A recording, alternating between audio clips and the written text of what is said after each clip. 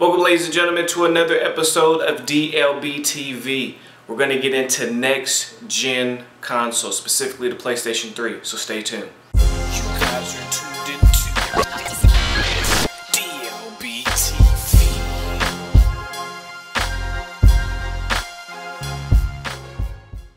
Alright, so we've heard the rumors about the 720. I had a discussion about that in the past. If you guys want to check out that video, I'll go ahead and I'll attach it to this one. But this specific video is going to be about the PlayStation Orbis, is the code name of what they're calling it right now. Now, the first thing I want to talk about is the name of the next PlayStation. We have the PlayStation 1, 2, and 3.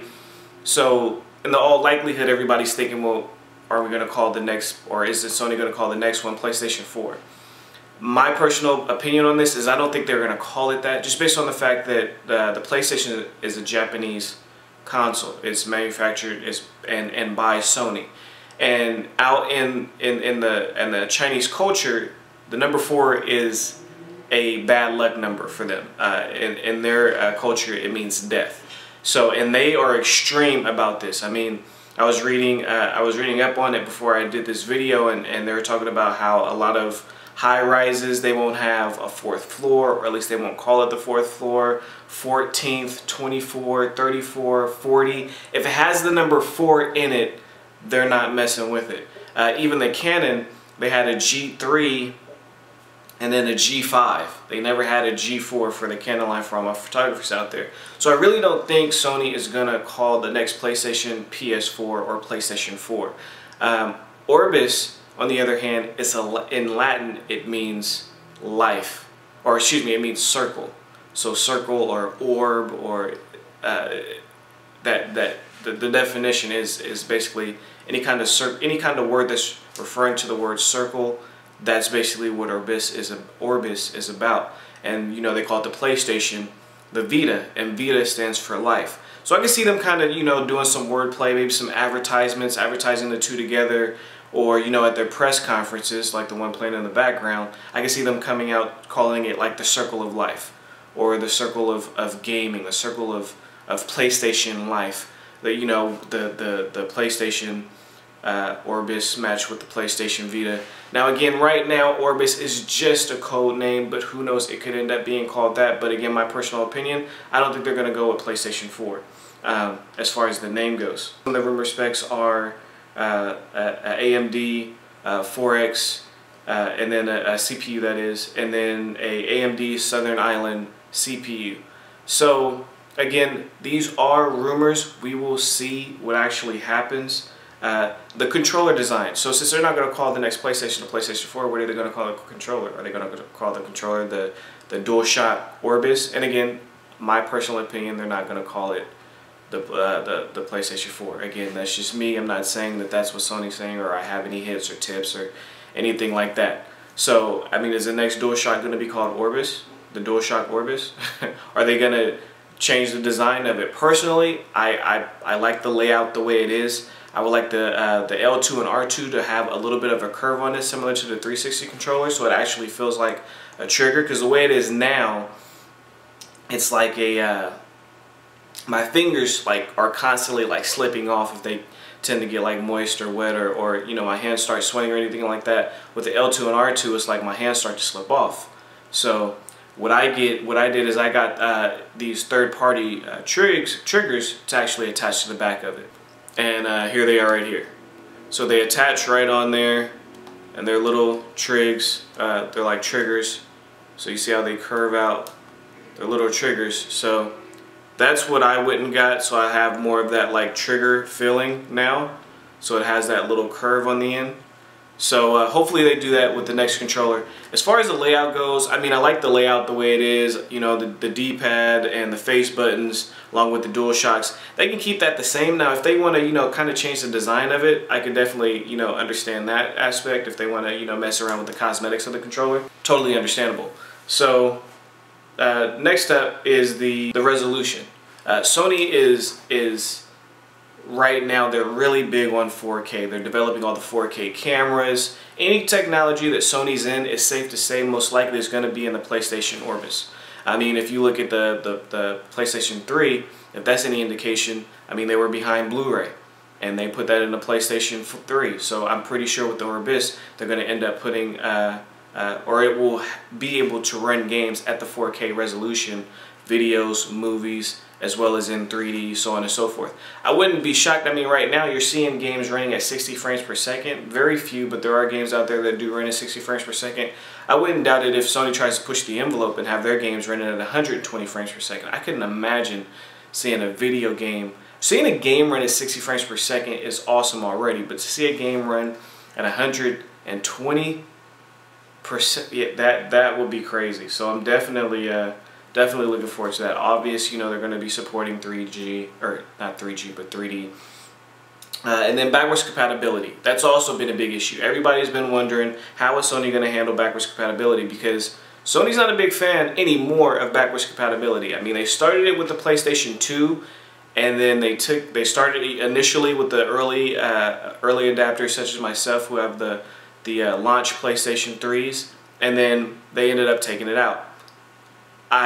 From a business perspective, I understand what they're trying to do. They're trying to make more money off of games. And then the rumor is that the next PlayStation, the Orbis, isn't going to have backwards compatibility at all. And that's been driving the internet nuts as far as backwards compatibility goes. Now, is that an issue for me? Yes and no. I typically haven't went back and played any PS2 games on my PS3. Probably when it initially launched I did. But since then, I haven't went back and I haven't played any PlayStation 2 games. But that's just me. You guys out there, you guys may. So the way they look at it is, hey, if you play that many PlayStation 3 games, PlayStation 2 games, keep those consoles, go back and play them.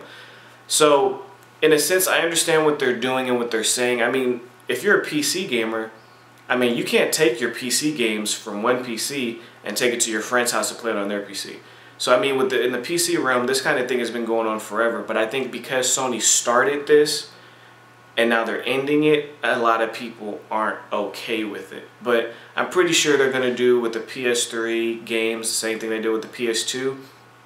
PS2 games, are updating them, put them in high res, adding trophies, making them HD, faster frames per second, and they're reselling the titles, and people are buying them. I don't see how they're going to be able to do that with the PlayStation 3 games. They're already in HD, they're running at 30, maybe they'll up them to run at 60, maybe 120, and maybe up them to 4K, but I mean, then you have to have a 4K television to run them on. So I just think they'll just be reselling the games. So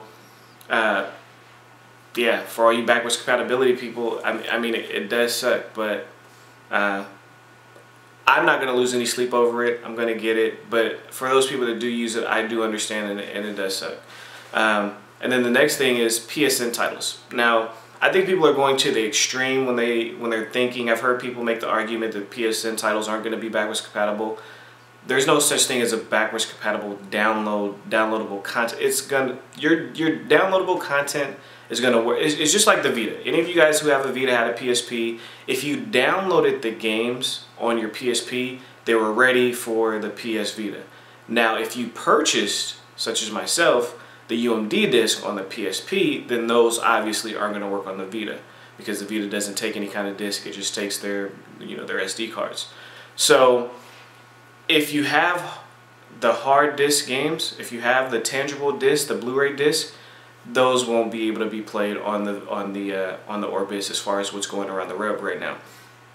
But now, if you again, if you have Angry Birds, for the few of you that have that on your PlayStation, or if you have Journey or Unfinished Swan, or if you got Infamous 2 via DLC, or all these games that are coming out via the PlayStation Store, anything you buy in a PlayStation Store, I'm pretty certain, I mean, Sony would just have to be idiots, but I'm pretty certain you're going to be able to play those titles, any downloadable games, on the next PlayStation. That's completely understandable. So if I were you and you're not happy that they're not going to be backwards compatible, you better start downloading your games right now. From this point forward, if Sony releases a game day and date digitally, you better start buying it that way, because yeah, they're not going to support backwards compatibility in the next console. Highly doubt it. Highly doubt it. And last but not least, price.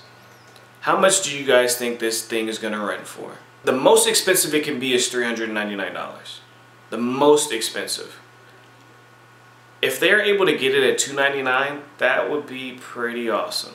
I still think, to me, $399, $400 for a console, I really do feel that that's just on the steep end, because they're going to release the console, a controller, and that's typically it nowadays. They really don't give you anything else. And with the Vita, we've seen them go proprietary SD cards. Are they going to do the same thing with the PlayStation Orbis now? With the PlayStation 3, you can get any laptop hard drive and it'll work perfectly. So it's not, you know, standardized. But with the next PlayStation, is Sony going to make these their own hard drives? You only can buy them for them. Basically what Microsoft is doing with the 360 right now. Are you only going to be able to buy the hard drives that Sony provides? If so, then that brings up a question, well, what's going to be the size of the hard drive that comes with the console? So there's a lot of questions still left to be answered. Can't wait until E3 2013, because I know that's when Sony and Microsoft are going to both talk about their next gen consoles. But I'm excited. I'm ready to make the jump, and I'm pretty sure a lot of you guys are as well. Leave some comments, man. Talk to me. Let me know what you guys feel. How do you guys feel about backwards compatibility? What do you guys think the price is going to be? Let me know. Until the next video, people, I'm out. Peace.